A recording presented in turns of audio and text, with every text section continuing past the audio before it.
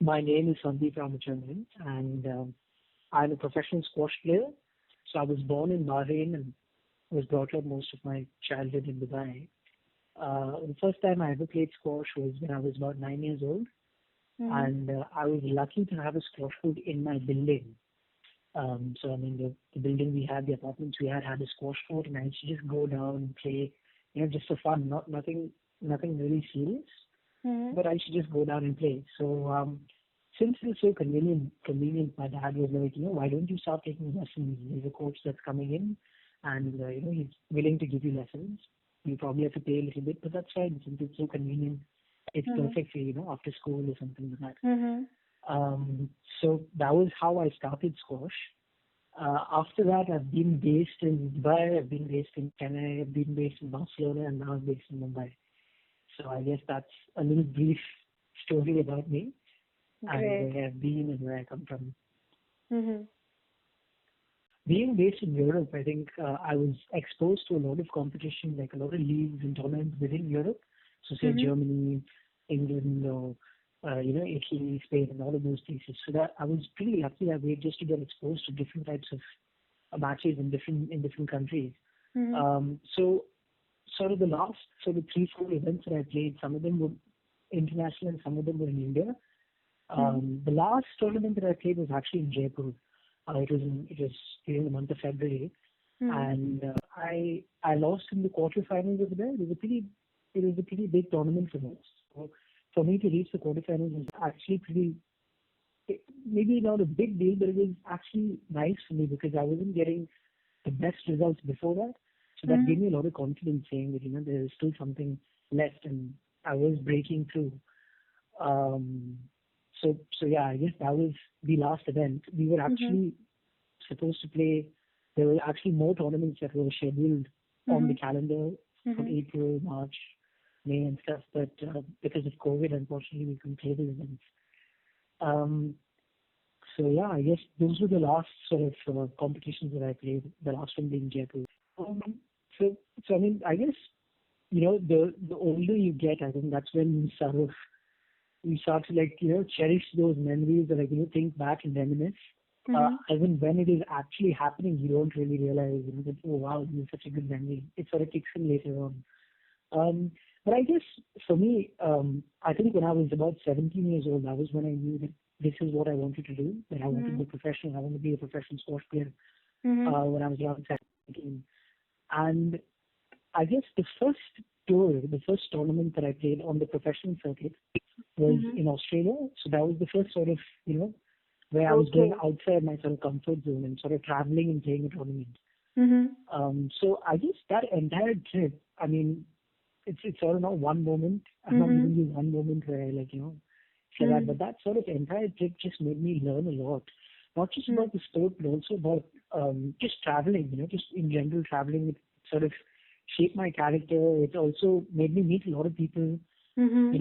Also when you're sort of in your own country doing your own thing, you're sort of in Mhm. this circle or in this bubble where you don't know what you're doing is right or wrong. So Mhm. that sort of tour gave me a little bit of exposure, gave me a little more motivation to sort of play. So I guess that trip to Australia was, um, Great. I Great. cherish that a lot, and I'm just happy that I could do. So I mean, my first coach was his name is Mr. Makbool Khwaja. So he's actually Pakistani, Mhm. and he was the one who got me into the sport. Okay. So I think till today he remains my mentor and the person that I respect the most when it comes to squash. And Mhm. I think he really drove me to the decision, to maybe think about this as a future. He's Mhm. like, you've probably played like for 9, 10 years now.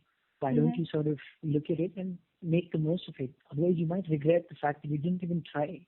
Mhm. So I think he stands out in terms of mentorship and the one that sort of changed my Yeah. mentality. There have been a lot of people who've come and gone as well, but he sort of sticks out. I guess in role models, it's not just squash, but there's a lot of other sports as well. So I'm a big Rafael Nadal fan. I think Okay. he was a big role model for me just to sort of compete in sports. Mhm. I Mhm. think when it came to squash, it was more, you know, just I was actually amazed with the entire way everything worked. The mechanics of the score circuit, how Mhm. each player, how each country sort of gets different players, and there's different generations. Mhm. So every generation is being dominated by different eras. So all of that was very interesting for me. I Interesting. generally True. liked all the skilled players. So just to have done the work, suppose there's a tournament in 2 months, Mhm. and if I'm just sitting on my sofa for 2 months, I Mhm. won't have that self-belief that I'm going to do well. But if I Mhm. did do the work for 2 months, whatever Mhm. happens, I know that I can pull out some results. So I guess it's obviously something you need to get used to, right? Like in on the first match I played, it was completely different. It was completely different emotions that I'd never felt before. So it was Mhm. anxiety, it was Mhm. nervousness, Mhm. um, excitement, and all of that. So I guess over a period of time, I figured out how to deal with it. Mhm. But I guess I think if I had to give advice, it would be to try. Mhm. I tried to fool myself, even if I was nervous, to say that I was excited. Like if Mhm. I did feel nervous, I used to tell myself, "No, you're excited. It's excitement. It's not nervousness." So I think that way it Mhm. sort of fooled my mind a Mhm. little bit in the sense was something I figured out over a period of time, over some experience, over playing many tournaments. Mhm. So as I said, I think it's different for everybody, but that was Mhm. the way I dealt with it. I mean, my routine maybe before the match was to, Mhm. like, I think half an hour before the match, I always had to be in a zone where I wouldn't be disturbed. So I had to just be with myself. Mhm. That was very important for me, just to be in my zone with my thoughts and just to think about, what's happening. So the thing is, that's a good question actually. Like, we have to switch on. So we have to switch on our mindset to do certain things, right? Suppose Mhm. now I'm writing a book or if I'm singing a song, I Mhm. need to switch my mind on so that I do that.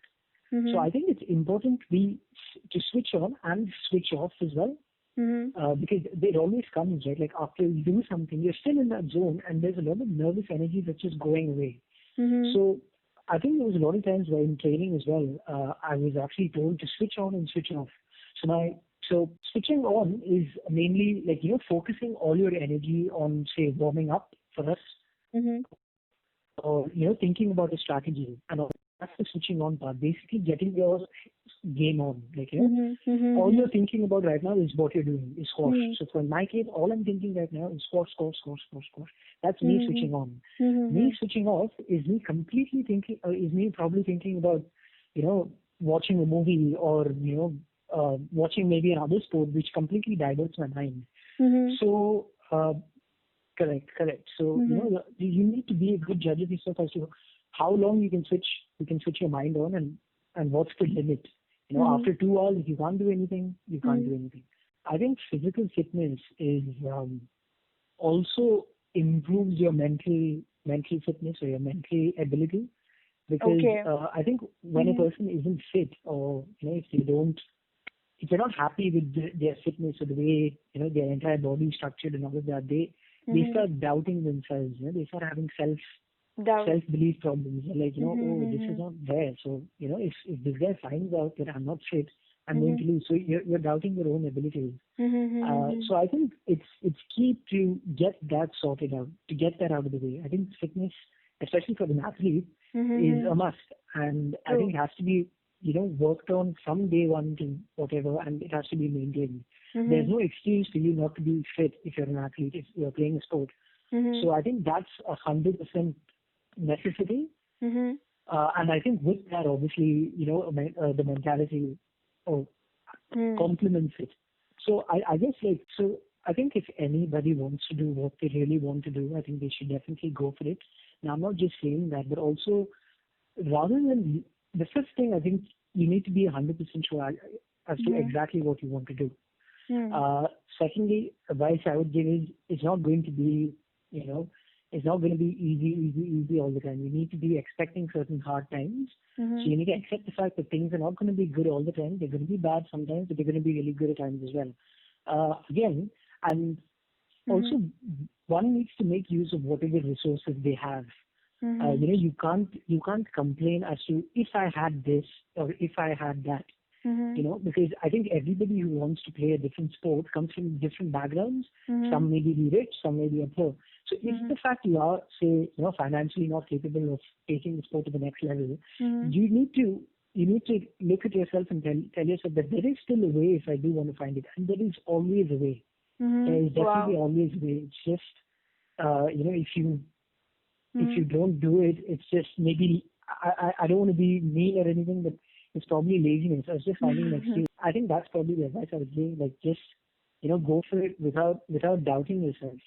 Go for it, and then if it doesn't happen, you can at least say that I tried.